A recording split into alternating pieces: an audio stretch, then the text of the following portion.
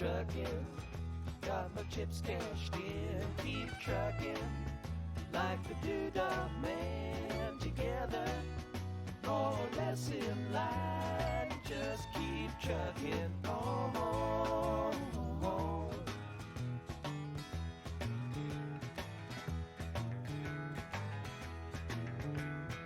Arrows of neon and flashing marquees out on Main Street. Chicago, New York, Detroit, and it's all on the same street. A typical city involved in a typical daydream. IEBA encourages you to orient your hives to facing south. But this year, the 6 north-facing hives have accumulated 30% more mass. Ron. Okay, this is the same hive we've looked at every single time. Just an interesting side bit here. The hives that are facing north are 20 to 30 pounds more honey than the 5s facing south. So we're going to go into this hive, and first thing we're going to do is set the honey super off out of the way. And we'll set it over here on this box, this lid we've got extra. But you can use anything you want. You just want to set it. Doesn't look like there's a super lot of activity in it. It's empty. So we're going to now take the number 2 box off, set it over here, or you want to set it up here, Jim? No, just get ready with that smoker. Okay. And then we're going to go through the bottom box first. You'll notice on all of our videos, we go through the bottom box first. The bees are very calm, as you can see, but we want to smoke them. We look over here, all these hot frames are drawn out, and we have honey frame, pretty heavy one here on the outside. This doesn't look like it has a lot of honey in there. I don't see white comb down the side. So Jim's going to take out his outside frame here. Okay, so last week it weighed 104 pounds. This week it weighed 107 pounds. So there wasn't much. But this is a south-facing hive. So you could see, if we only had a 3-pound weight gain, we would not expect much activity in this honey super. And this frame here, just for your sake, is, like I said, not much honey in it, but it has a boatload of pollen in it. Look at that. And that always kind of is a signal to me when I'm looking at a hive that they're storing pollen and the queen isn't making as much brood as they would like. And so they're storing a lot of it. Now, one thing also you want to notice is when you look down in your hive, they're starting to do a lot of bridge comb here on the side. You want to take this off gently, because when they do fill that with honey and you try to pull your frame out, it will score the inside of that frame that has all the honey, and you'll have honey everywhere. So when you look at this frame, you look down, I can tell you right now this is going to be a brood frame. It's capped everywhere, and it's gorgeous. We would not expect to see the queen on a frame that's completely capped. We might luck out, but you'll notice There's a bunch of larvae right here. It isn't super thick with bees. So they're just taking care of the brood a little bit.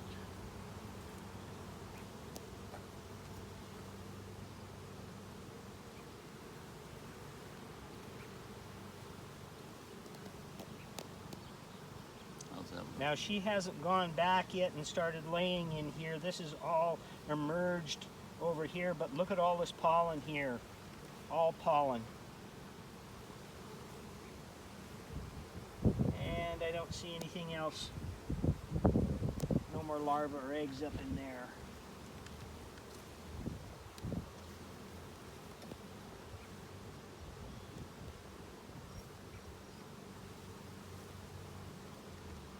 Now this is all larvae.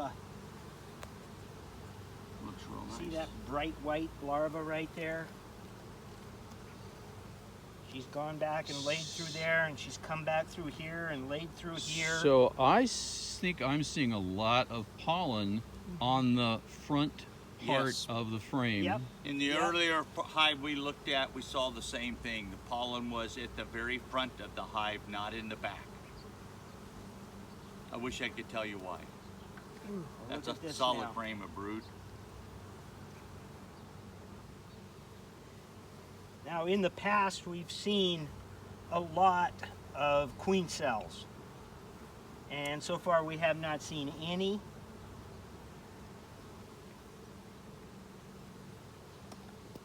The only reason you're going to have queen cells at this time of the year, it more than likely would be supersedure.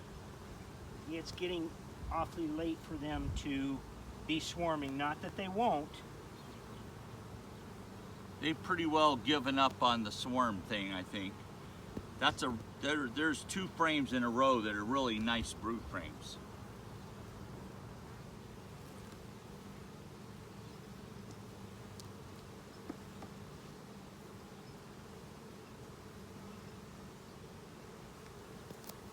Now that's kind of open. Let's see if she's laying in it.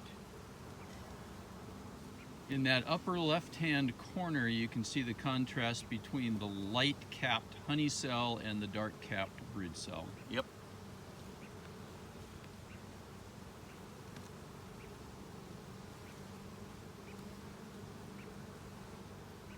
Now, this is all open. Maybe you consider that maybe strong. It's drawn, but it's not got brood on it. Oh, there's a queen cell right there, though. Let's see what it is. A little scary because, It's empty. yeah, but it's, look at this. It's ate out on the top a little bit. They might be tearing it down, but there was nothing in that. It's dry.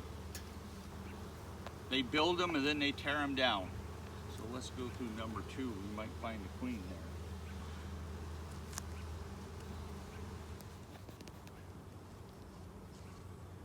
And it's all honey, it looks like.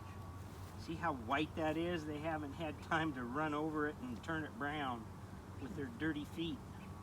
Look at this. This is all honey that And could Jim, be I'm now on your left. Okay. This honey could be extracted at this point.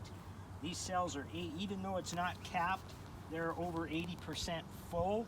So that honey is ready to extract. It's cured honey, it's just that they haven't capped it yet, and as they have more idle time, they'll start doing more serious capping. So one way to make sure is if you turn it up sideways and nothing comes out, it's been converted to honey. If the liquid pours out, Can it's we still see that on this side? nectar. Look at that. So that's very nice capped My stuff first there. year, I was cautioned for extracting honey that had Now, not been The last hive capped. we worked, just before we did this one, we noted that the second box was filling up with honey, and we worked hives yesterday, the boys and I, and we saw tons of honey in the top box, number 2 box. So don't be surprised if you get in there. That's usually a sign of something happening, and the bees are reacting to it, and we haven't figured out what it is. There's your brood. And there's one little queen cup down here, but there's nothing in it. So another very good representation of the darkness of the Yep. capped brood versus the lightness of the capped Look at honey. that. Look at how nice that is. But look at how they're crowding it out. She won't be laying in there again.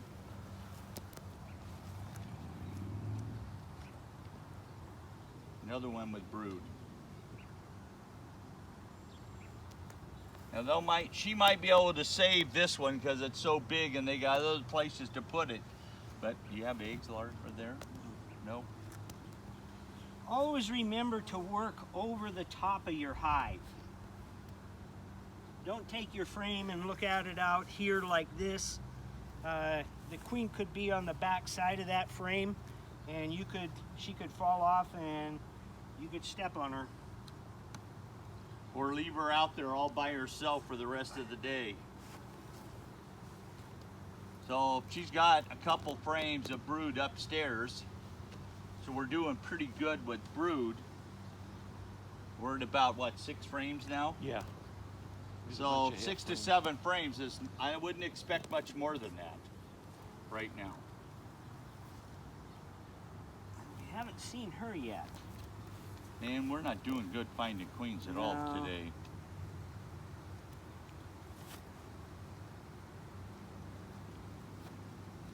Jerry, if you do, yeah, let's Yeah. why don't you speak to that bridge comb again for a moment. Okay, so 'Cause there's- right here, if you'll look down here, Chris take pictures of this, but there's bridge comb and it's attached or caused an indentation over on this side. So we're gonna take that out because later on as we're manipulating through our frames, it's so much easier to have that out of our way so that we aren't damaging anything, and one of them being the queen. And I like to do it very gently because the little devil likes to lay in it sometimes. And it's better to put it in the front of your hive than it is to put it just anywhere in the place, because any bees that are on it will crawl right back in the hive. We've cleaned it up really good and we're ready to go close this up. No reason, so one of the things that questions is being asked is the manipulation of frames. You could see that she has a couple frames of brood up here. They have a little bit of honey downstairs on some of the frames, but she's got a good 6 frames of honey up here. So there's not a lot you can do about that. You wish she would put some of it in the honey super, but she doesn't seem to be. Now we got a choice here whether we want to go look for that queen or we want to kind of let it go and just say we're done. But we'll take a quick look in the super now and see if there's a bunch of bees up there. There's nothing. Nothing going here. on, so the expectation that you'll find your queen up there is pretty slim, so I would recommend not digging through it, okay? Now, you don't need to find a queen when you check a hive. All you need to find is eggs and larvae, and then your hive is good. They're good at hiding. There's plenty of bees in here, and you saw that we have 16 frames of bees easy. And so this queen is doing okay, and she's doing a really good job of staying out of sight.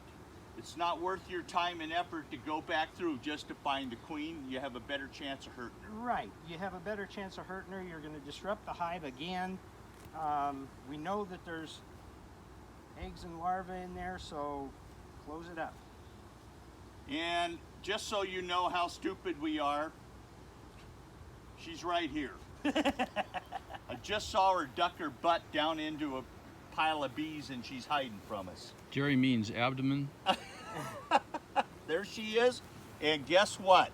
Oh my gosh. She's a new queen. Oh, yep. Look at that. So they have superseded this queen also. So man, we're going through super procedures Point good. her out again with the tip. Okay. Right there, Right there. Okay. right there. Yeah. Okay. You see how her abdomen is not huge yet? Not She's a young queen. She's walking as though she's looking for a place to lay, but she's walking in the wrong places. So I would feel a lot better if she was on a frame. Let's see if you can get her over there. We're just gonna There, corral she her. went right She inside. went right down. She went Well. right down in there. Now, Second one from the end.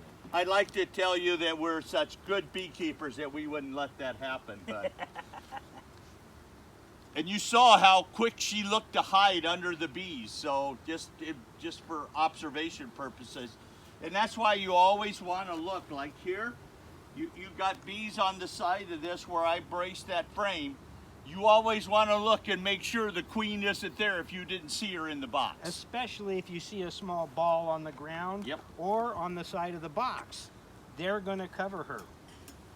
So last week, when we went through this on Friday, we were shocked. We came in here, there were 13 capped cells. And at that point, we had a queen in there. She looked really nice. And she still looks nice because I captured her when she swarmed. But the interesting thing here is we went in and saw those 13 cells. The week before, there were no cups and no cells on the bottom of those frames. All 13 cells were on the bottom box on the bottom bar, all of them. And none of them are up above in the middle of the frame or anything. And this hive is not crowded. The honey super is empty. There's nothing going on. The second box is pretty full of honey, and this is all open area for her to lay. So why she would swarm, you don't know. But we thought she was either superseding or getting ready to swarm, and so we left it to see what would happen. Saturday, about 11:30, my wife looked out the window and saw the bees flying between these hives and the cherry tree. I went and hived that swarm, and everything went real good. The boys and I checked the swarm yesterday. The interesting thing was when I looked at that swarm Saturday night, I just gently looked in the hive. There was 3 frames of honey they had brought. And so I put a second box on it on Sunday because I was concerned about it, and there was a lot of bees still hanging on the front. But it was a full box of bees when I put it in there, and they were covering the whole front area here.